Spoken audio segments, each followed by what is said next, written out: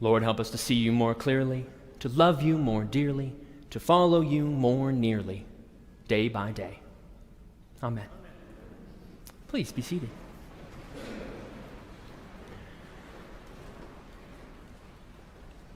Fall of 2017, along the Gulf Coast of Mexico on the coast of Texas, Hurricane Harvey began forming. And I was still the brand new rector of St. Stephen's in Texas, watching on the news as Hurricane Harvey came to make landfall and then town by town traveled up the coast, flooding city by city, church by church, community by community. We gathered around the TVs and we watched the weather, seeing this incoming storm, knowing there was nothing we could do about it. Nothing we could do to save ourselves, to prevent from what we saw coming. And then when the storm did strike and St. Stephen's Church flooded, Parish Hall flooded, so many parishioners' homes flooded, and we were at a loss, at an utter loss for what to do to save ourselves, to rebuild, to restore. So many members moved away, just left. And the ones who stayed behind gathered looking at their flooded church and just felt a kind of a despair and a helplessness. What will we do? Now, why am I bringing up this uplifting story on this day when we're supposed to be celebrating the Transfiguration? Because the Transfiguration, I believe, I'm convinced, is about three things. One, about who God is. Two, about who we are. And three, to where we are called.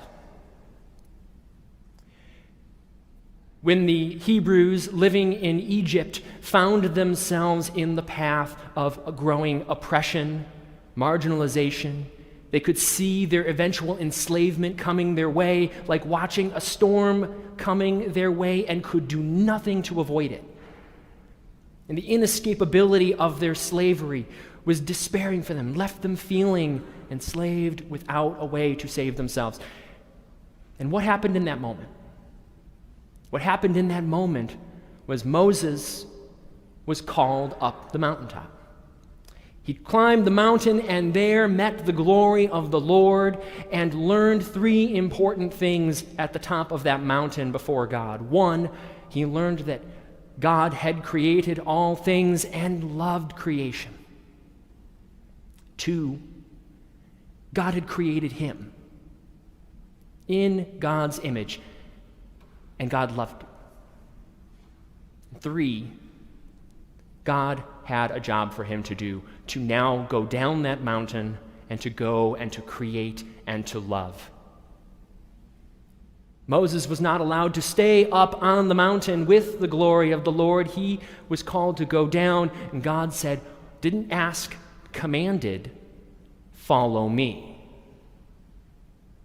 And Moses did. He went down the mountain and created and loved, literally created signs of God's power and creation and love for this world, literally created a path through the sea for people to be free, created a world for them, a home for them where they wouldn't just be safe, but be reminded of God's love for them.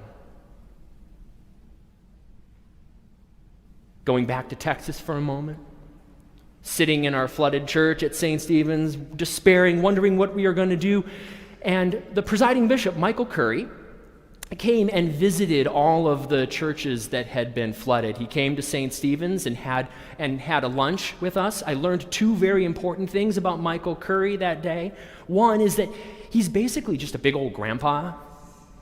Like, he immediately honed in on my son Owen, who was just learning to walk, and he scooped him up and kind of bounced him around on his hip and talked baby talk with Owen. Talked with him more than he talked to any of the adults the whole time he was there for our lunch. But I also learned that for me was a personal mountaintop experience. Michael Curry is like a one-man mountaintop experience. I was sitting there at lunch with him and just feeling very bad about myself and what are we going to do about this church? And he reminded me of 3 things. He reminded me that God created us and loves us.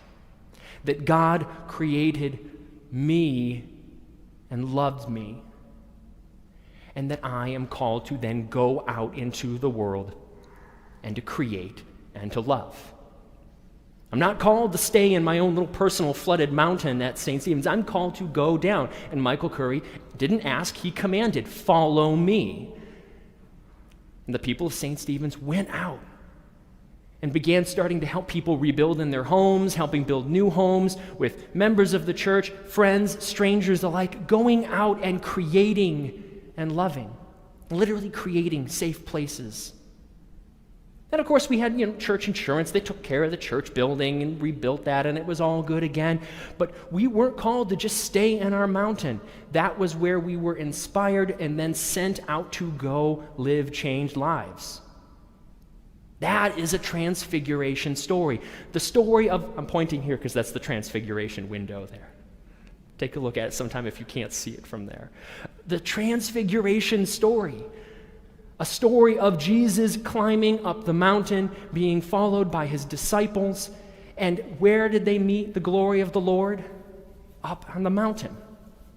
Now Matthew, the gospel writer Matthew, does an amazing thing here because he knows that the people are looking for a Messiah, and he knows the connection they would have immediately made to say, aha, this is the new Moses. He's the one that's going to lead us up the mountain. He's the one that's going to free us from our slavery and give us easy and good lives. He's going to come down and save us.